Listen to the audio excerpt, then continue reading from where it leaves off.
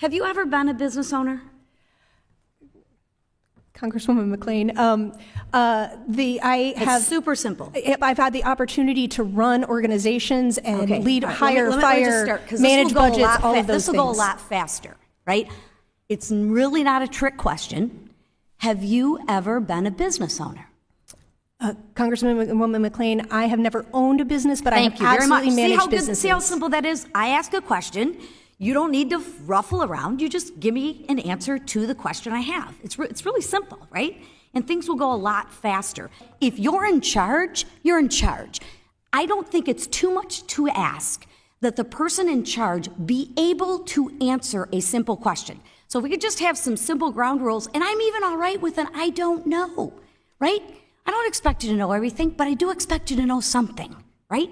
I'm going to share with the American people, if you get somebody who's in charge, especially in a government entity that can't answer a question, you should ask yourself, do we need to replace this person who can't answer a simple question?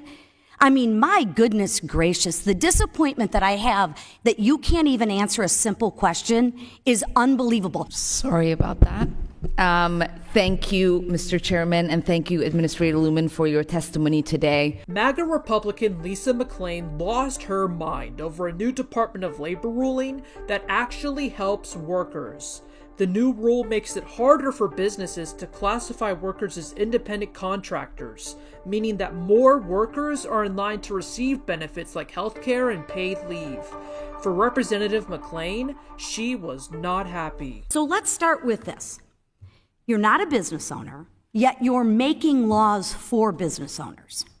How many business owners did you consult before making this law? So, Congressman McClain, we absolutely, specifically, as you're talking about the independent contractor or employee classification under the Fair Labor Standards Act, just to make sure we're talking about the same thing. We held listening sessions specifically for business owners and for 10, 20, 100, 1,000, 1,500. Give me a gut feel. I believe we held about 27, 30 listening sessions. I don't want to tell you wrong. That's okay. No, I'm looking for directional answer. It's honestly not a gotcha question. Because what I think the American taxpayer is frustrated with, the American people are frustrated with, and the business owners is we all are making laws for business owners, yet we don't listen to them. We don't take their opinion into consideration. And we make laws and we don't have any idea of the unintended consequences of what those laws will do to the actually people who have to administer those laws. So about 30 listening sessions. And what did the actual business owners have to say? So, Congressman McClain, again, and I participated personally in a lot of these, so I do want to answer this question very clearly, although we had lots of team members. But let's get to the these. answer. So we heard a lot of feedback from business owners that they specifically wanted to make sure they understood what the responsibilities were under the Fair Labor Standards Act. Were they in favor of it or against it?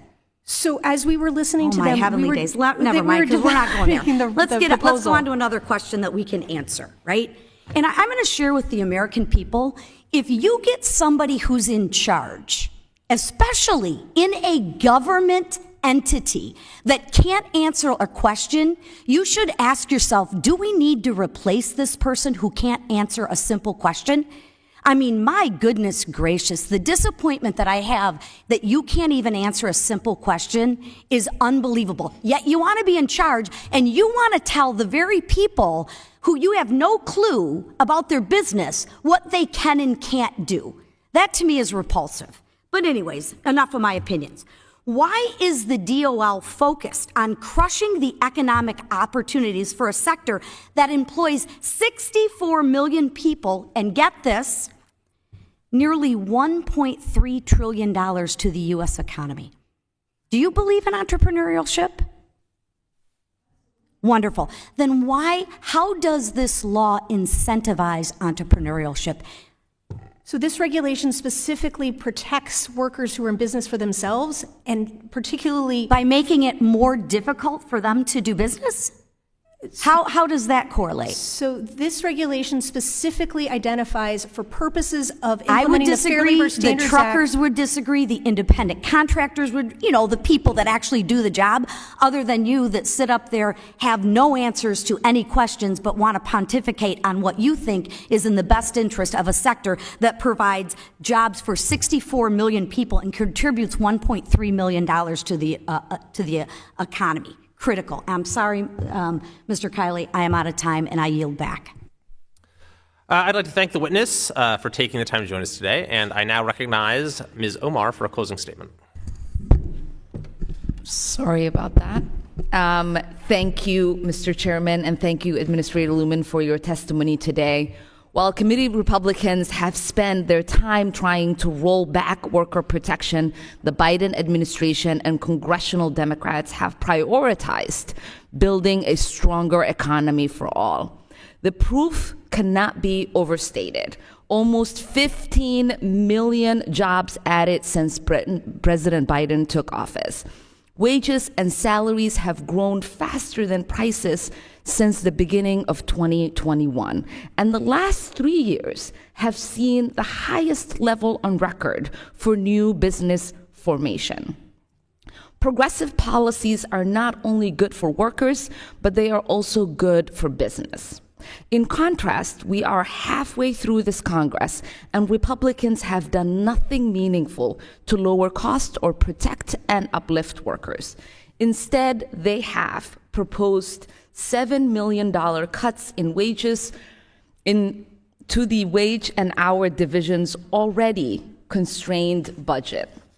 And on this very committee, Republicans have tried to undermine Acting Secretary Sue, halt the Biden administration's pro-worker agenda, and chase after unfounded cultural war conspiracy theories.